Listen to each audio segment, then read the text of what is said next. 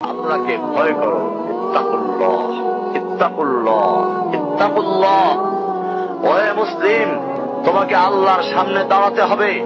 তোমার হিসাব নেওয়ার জন্য আল্লাহই যথেষ্ট, যিনি সব জানেন। তুমি যা গোপন করো ও প্রকাশ করো। তোমাকে অবশ্যই মৃত্যু বরণ করতে হবে।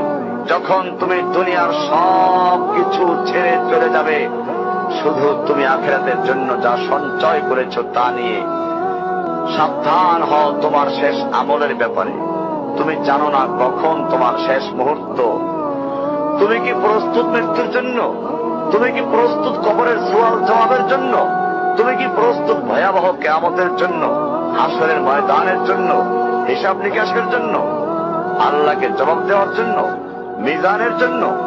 তুমি কি প্রস্তুত চুলের চাইতে সূক্ষ্ম, তরবারির চাইতে ধারালো পুলসিরাতকে পাড়ি দেওয়ার জন্য?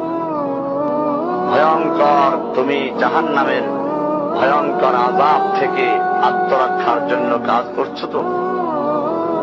যার ইন্ধন মানুষ এবং পাথর, যার আগুন ভয়ঙ্কর উত্তাপ সম্পন্ন কালো বর্ণের, যা হৃদয় পর্যন্ত জ্বালিয়ে দেবে, এমন উত্তপ্ত পানি যা নাড়ি ভুঁড়িকে বের করে দিবে।